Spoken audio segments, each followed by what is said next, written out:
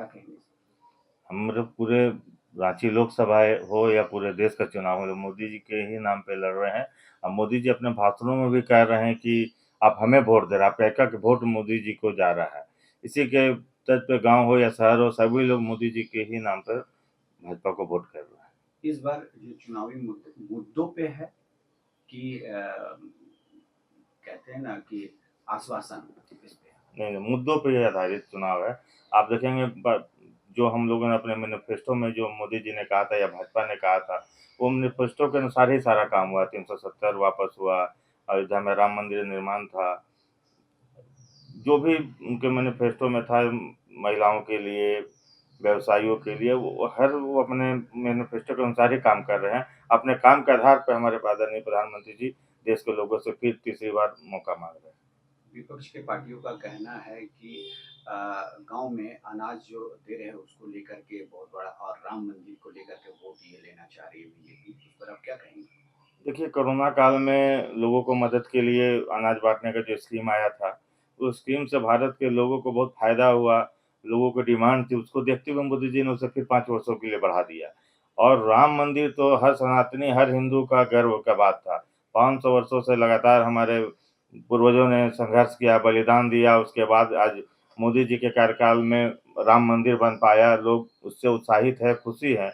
हम 100 करोड़ हिंदुओं का देश है, 100 करोड़ से ज़्यादा हम हिंदू सनातनी यहाँ रहते हैं। अगर हमारा आराध्य का अगर मंदिर बन पाया तो ये तो खुशी का गर्व की बात है। इसमें वोट से जोड़ना उचित नहीं। कहते हैं कि राम मंदिर बना है तो इससे विकास का काम कहाँ हो रहा है, इस पर क्या कहेंगे?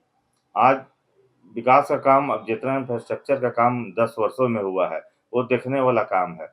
विकास के नाम पे ही मोदी जी वोट माँग रहे हैं। और अयोध्या का बात है तो अयोध्या को स्थिति को आज जाके देख लीजिए।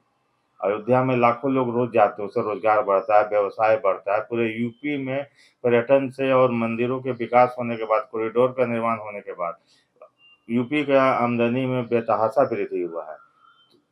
ये तो आय भी आ रहा है, अपने आस्था को भी हम मान रहे हैं। 4 तारीख को क्या रिजल्ट निकल कर आने वाला है? फिर से मोदी जी तीसरी बार सरकार बनाएंगे और मोदी जी का जो नारा है अब की बार 400 पार एनडीए का, वो हमें लगता है कि जरूर पूरा होगा। भारत की जनता के सहयोग से, हमारे मतदाताओं के सहयोग से और अपने काम और लोगों के विश्वास के बल पे जरूर 400 प्लस होगा। विपक्ष की पार्टी का कहना है कि 250 भी पार मुश्किल से हो सकता है। वो 50 पार कर ले पहले कांग्रेस, फिर आगे का बात बताया जाएगा। 4 जून को दूध का दूध पानी का पानी होने वाला है, ज़्यादा दिन है भी नहीं। कल 25 तारीख को छठे चरण का मतदान है, 1 तारीख को 7वें चरण का है। 4 को भारत की जनता बता देगी कि सत्ता पक्ष ने जो कहा था सही है, कि विपक्ष जो बोल रहा है वो सही है। एक सवाल है जो अभी बहुत ट्रोल कर रहा है, आपके ही पार्टी के संबित पात्रा ने जो एक बयान दिया मोदी जी को लेकर कि जगन्नाथ जी उनके भक्त हैं, क्या ये सही था? आपको क्या लग रहा है? नहीं, उनकी जुबान फिसल गई, वो बारंबार माफी मांग रहे हैं। पार्टी ने उसके लिए खेद व्यक्त किया है। पार्टी के शीर्ष नेताओं ने भी खेद।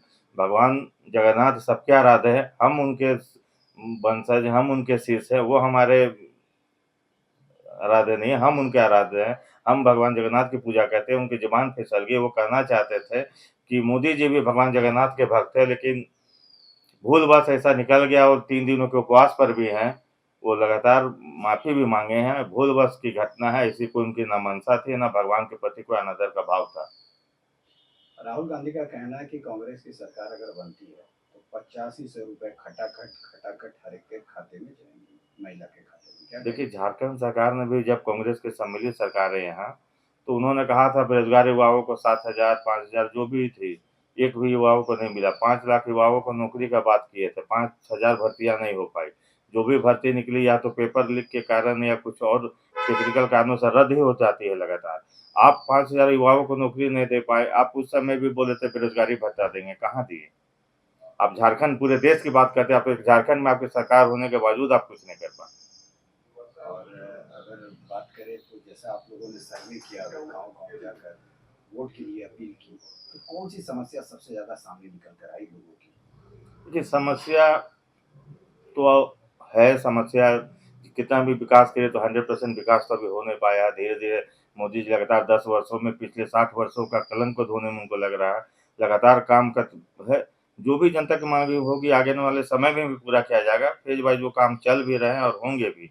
लोगों का ये उत्साह है कि हमको मोदी जी चाहिए और सारे मुद्दे बात पे पीछे छूट जाते हैं मोदी जी के नाम के आगे। कल मतदान करने के लिए जनता अपने घरों से निकलेगी, क्या कहेंगे? अब मतदान ज़रूर किया, आपका एक वोट भारत के भविष्य को बनाता है, भारत के भविष्य को सँवारता है। आप किसी के भी समर्थक को मतदान करने ज़रूर जाएँ और कौन देश का निर्माण अच्छे से कर रहा है, कौन देश का भविष्य के साथ आगे बढ़ा रहा है देश के भविष्य को, कौन भारत को विश्व में पहचान दिला रहा है, उसको देख के मतदान करें।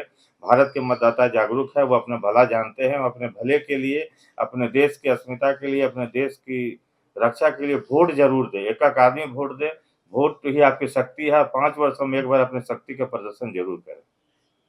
विपक्ष का कहना है कि बीजेपी पार्टी पर ईडी नहीं, ईडी बीजेपी पार्टी की है। देखिए, जिसका सत्ता रहता है, विपक्ष में जो रहते हैं वो बोलते हैं कि सरकार ऐसे करे। कहीं भी छापा पड़ा, अगर पैसा नहीं पकड़ाता, तो आलमगीर साहब जेल नहीं जाते। पैसा सीए सुमन जी के यहाँ नहीं पकड़ाता, तो पूजा सिंघल जेल नहीं जाती। बरामदगी के बाद ही ना कार्रवाई किया। अगर मान लीजिए गलत सूचना पे कार्रवाई तो कुछ बरामद नहीं होता। आखिर बरामदगी के बाद ही ना कार्रवाई हुई, जिसके यहाँ कुछ नहीं मिल रहा है उसको तो जेल नहीं भेजा जा रहा। और सरकार गिराने बनाने का काम जितना कांग्रेस ने किया है, जितना सत्ता का दुरुपयोग कांग्रेस ने किया, भाजपा वैसा नहीं करती।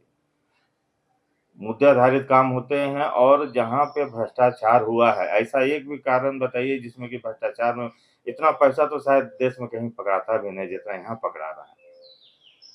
कुछ और पूछना चाहेंगे? कल जब